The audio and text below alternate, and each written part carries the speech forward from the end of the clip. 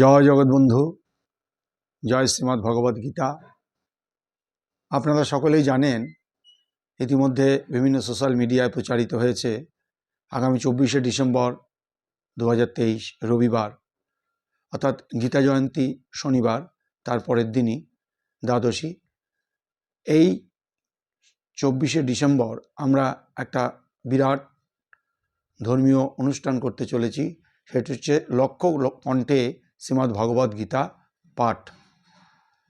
আপামর সমস্ত মানুষের জন্য এই শ্রীমদ্ ভগবদ গীতা পাঠের আয়োজন করা হয়েছে।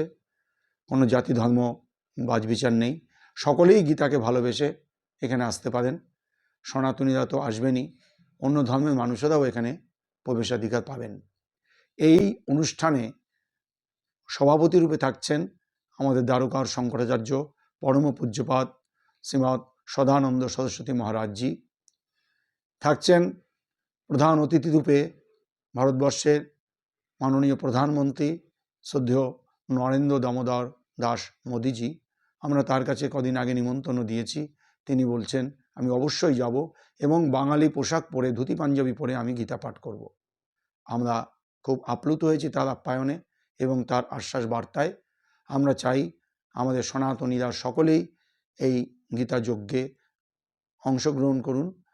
এটা শুরু হবে সকাল 10টা থেকে। সবাইকে অনুরোধ করা হয়েছে 9টা থেকে 10টার মধ্যে আপনারা প্রবেশ করবেন ব্রিগেড প্যারেড গ্রাউন্ডে। 1 লক্ষ লোক তো, সেই জন্য একটু আগে থেকে আমাদের সব প্রস্তুত হতে হবে। তারপরে আমরা কাজী নজরুল ইসলামের একটি অপূর্ব সুন্দর গান, সেই গানটি আমরা লক্ষ কণ্ঠে গাইব। সেই গানটি হচ্ছে হে পার্থ সারথী বাজাও বাজাও পাঞ্চজন্য তব শঙ্খ। এবং প্রত্যেক মায়েদের বলা হয়েছে যে আপনারা শঙ্খ নিয়ে আসবেন। 50,000 শঙ্খ আমরা আশা করছি সেই গীতা পাঠে বাজবে একত্রে, এবং 1 লক্ষ লোক গীতা আবৃত্তি করবেন সমস্বরে। আমাদের এই গীতা যজ্ঞে থাকছেন বিশিষ্ট সাধু সন্তরা এবং বিভিন্ন পরম্পরার প্রতিনিধিরা, ধর্মীয় পরম্পরার প্রতিনিধি সাধু সন্ত এবং আধ্যাত্মিক ব্যক্তিত্বরা। প্রায় 1000 এইরকম সাধু সন্ত আধ্যাত্মিক ব্যক্তিত্ব সেখানে থাকছেন। এবং আমাদের পশ্চিমবঙ্গের সমস্ত এমএলএ এমপি এবং বিশিষ্ট মানুষদের, মুখ্যমন্ত্রী রাজ্যপাল সহ সবাইকেই আমরা আমন্ত্রণ জানাবো। সকলকেই আমরা বলবো আপনারা আসুন। এই গীতা কেবল হিন্দুর নয়, গীতার সমস্ত মানব জাতির। ভগবান শ্রীকৃষ্ণ এই গীতা বলেছিলেন আমাদের অর্জুনকে লক্ষ্য করে, কিন্তু অর্জুন হচ্ছেন আমাদের প্রতিনিধি। অর্জুনের মাধ্যমে সমগ্র মানব জাতিকে চিরন্তন দুঃখের কথা, মানুষের যেটা আসে জীবনে, চিরন্তন সমস্যার কথা, সেইগুলো অর্জুন বলেছিলেন।